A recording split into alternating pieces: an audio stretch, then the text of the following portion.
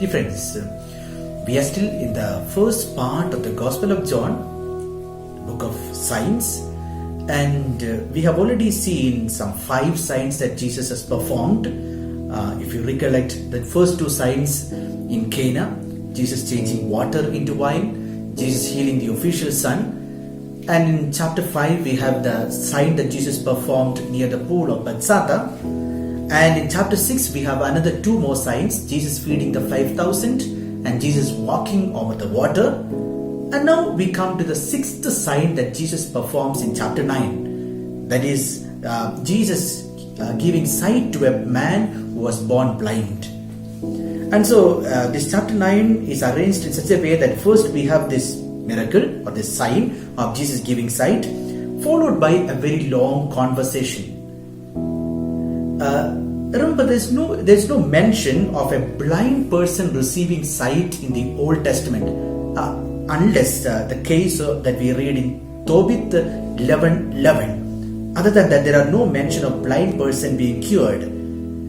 But then the prophecies, the messianic time is always associated with receiving sight, blind receiving sight. And so we read in Isaiah 35:5, etc. of the messianic time, there is always the mention of the blind people receiving sight. In fact, when John the Baptist would send his messengers to Jesus to ask that question, "Are you the Messiah?" Jesus would answer him by stating all his works. In it he mentioned also the blind receive sight, and that is an indication of the messianic time. And this story is all about a man who sat in darkness, not only just in physical blindness but also spiritual blindness, who gradually is brought to light. Now the real sight is, according to this episode, the real sight is when you believe that Jesus is the Son of God, Jesus is the Messiah. That is a real sight. And so we find at the end of this episode, the Pharisees are presented as real blind people, for they did not believe that Jesus is the Messiah, Jesus is the Son of God. Now, looking at this particular gospel, in chapter 9 verse 2, the disciples ask a question. The question is this: who sinned, this man or his parents? In short, the question was, is sickness due to sin? That was the question asked by the disciples to Jesus. Now, in the Old Testament, among the Jewish people, there was always that direct causal, there was a belief that direct causal relationship between sin and sickness. And only when it comes to in the book of Job, of the wisdom tradition, Job, we have the teaching comes across to us that suffering, sickness is not always due to sin. That we find only in the wisdom books, in the book of Job. Now, the suffering as a result of the sins of one's parents, that was also very frequently found in the Old Testament. That I suffer because of the sins of my parents. For example, if you read Exodus 25, Exodus 34:7, Numbers 14:18, Psalm 79:8, Psalm 109:14, Isaiah 65:6 and 7, and so it will all tell us about how the sin of the parents are transferred to the children, and because of which the children suffer. And that this teaching was challenged in the book of Ezekiel, Ezekiel 18:20, which stated, "The soul that sinneth, it shall die." That is, that sin is not transferred from parents to children. If I commit a sin, I suffer because of it. Now, in this chapter 9, in verse 3, Jesus would challenge this argument. He would change the argument.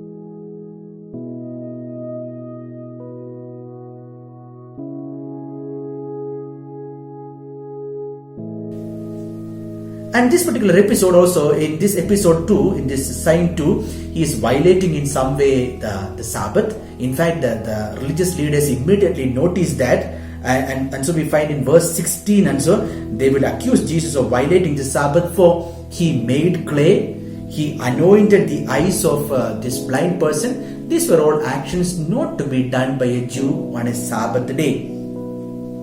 And so Again, we find once this miracle is effected, once Jesus heals this person, the Jewish people are trying to trap the man by repeatedly asking him to explain what happened, repeatedly asking this person to explain to them what actually happened. And when it comes to 9:31, there's an argument that Jesus is a sinner because he violated the Sabbath.